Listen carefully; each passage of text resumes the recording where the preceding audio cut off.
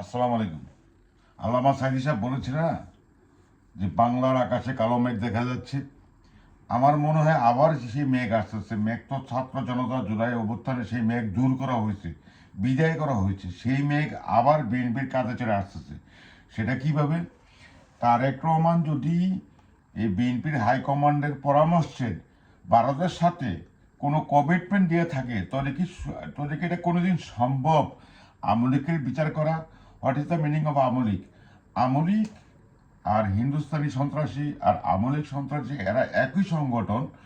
মূলত জাস্ট বাংলাদেশে বলে আমলিক আর হিন্দুস্তানে বলে বিজিবি।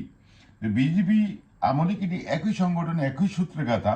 তাহলে এই তারেক রহমান যদি ওনার হাইকমান্ডের নেতাদের পরামর্শে কোনো ভারতকে কমিটমেন্ট দিয়ে থাকে, সেটা কখনোই সম্ভব না এই তারা ক্ষমতায় আইসা আমলিককে বিচার করবে। আমলিককে মাফ করে দিতে হবে। সেটাই ইউনিভার্সাল ট্রু, সেটাই সত্য। এবং এবং তার অর্থ বাংলাদেশের আকাশে একটা কালো মেঘ, যেখানে শেখ হাসিনা লক্ষ পরিবারের লক্ষ মানুষকে হত্যা করছে, বিটিআর হত্যা করছে, এইটা করছে, সেটা করছে। সুতরাং কিভাবে সম্ভব?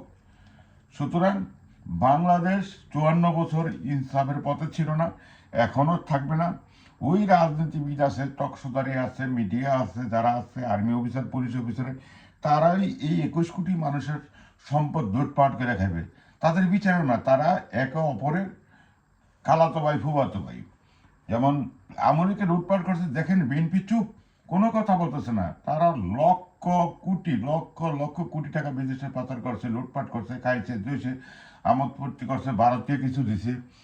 তো এই যে আমরা অসহায় জনগণ, আমাদের টাকা দিয়েই তারা ভারতে দালালি করে, আমাদের টাকাই তারা লুটপাট করে, আমাদের টাকা দিয়ে তার ছেলে মেয়েদেরকে বিদেশে আরাম আয়েসে আছে, মদ খাইতেছে, নারী ভোগ করতেছে। বাংলাদেশের আকাশে বারবার কালো মেঘ আসে। কিছু স্বাধীনতাকামী যুদ্ধ আছে, তারা দেশ থেকে বিদায় করে আবার ঘাড়ে চাপে, যেমন বারবার আসতেছে। তবে বিএনপিও শেষ হবে। শেখ মুজিব যেমন ভারতে দালালি করে তার গোষ্ঠী যুদ্ধ শেষ হয়েছে, শেখ হাসিনা যেমন দালালি করে ভারতে পালাইছে, তার দুপুরে খাবারটাও খাইতে পারে না। এই তারেক রহমান যদি দালালিতে পারা যায় ভারতের, ওনারও এক সময় দেখবে সকালের নাস্তা খাওয়ার সময় সে পাবে না। সে এইভাবেই পালাতে হবে। তার হাতের ব্যাগ আর পাসপোর্ট নিতে পারে কিনা, সেই সময়টুকু পাবে কিনা, সেটিও একটা সন্দেহের ব্যাপার। কারণ এটা একটা অভিশপ্ত পেশা, ভারতের দালালি করা।